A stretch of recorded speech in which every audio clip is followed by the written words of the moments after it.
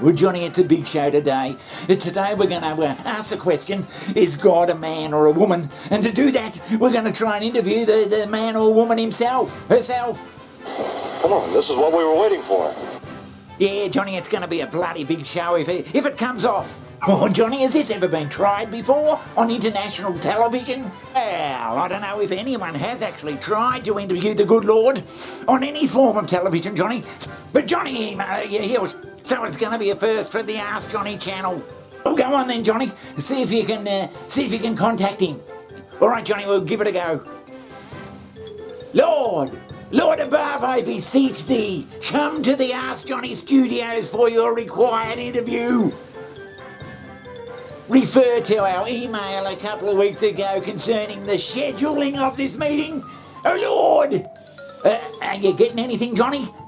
Not yet, Johnny, no. Lord, hear me. I beseech thee again. Come to us, O Lord, with your words of wisdom.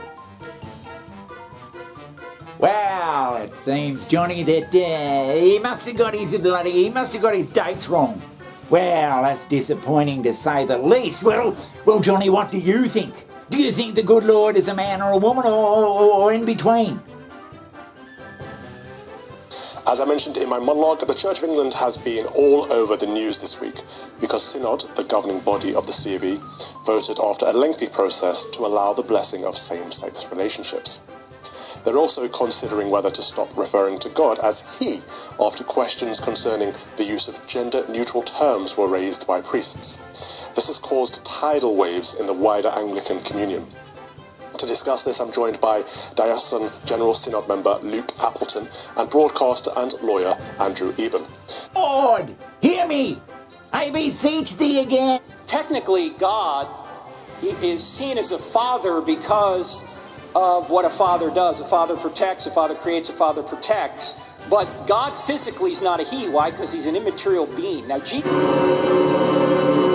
Yeah, well, I don't know, Johnny. I've thought about this long and hard. Is he a man or is he a woman? To me, he's always been a man. He's always been Lord up there in heaven. He's got a grey beard and long flowing robes and sits in a big bloody chair. Well, Johnny, if he's a man, that means he'd have balls. He'd have big godlike balls, wouldn't he? I mean, to think of God any other way, Johnny, it's very foreign to me, and I'm sure it's foreign to you. I've never actually thought about God's balls before, but by Jesus, they'd be bloody, yeah. Johnny, all the good characters, the fun characters in the Bible, they always seem to be men, blokes. So let me get this straight, Johnny. All the good characters, the exciting characters in the Bible, they're all blokes. The people who wrote the Bible, they're all blokes too. And the main characters, God and Jesus, they're men. And I think Jesus was a bloke. And I think it just goes on. It's pretty bloody sexist now you think about it.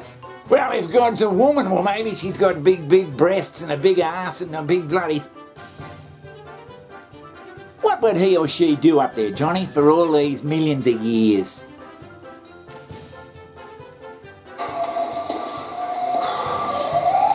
I just setting up church for tomorrow morning. So what's the question today?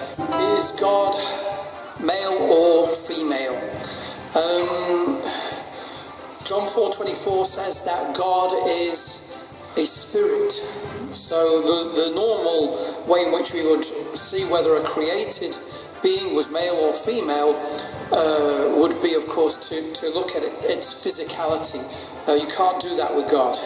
Right, yes. Quite interesting. Andrew, what do you make of the idea of a gender-neutral God? Well, I think people recognise that actually God is neither male nor female. I mean, Justin Welby himself has pointed out that is the case. So then about the question of pronouns and what you should use, I'd say it's a bit of a nonsense if you flip between the he and she and so on and so forth. But if you start with the premise that it's neither male nor female, I think that's widely recognised, isn't it? Well, that's disappointing to say the least. But Johnny, I don't think it matters. I don't think it matters whether the Lord is a male or a female. Yeah, it can be whatever you want. That's the beauty about having an all-divining, bloody, supernatural God. Jesus Christ almighty, Johnny, can you hear yourself? Well, it's very disappointing, Johnny. Very disappointing indeed. Lord, Lord above, I beseech thee, come to the...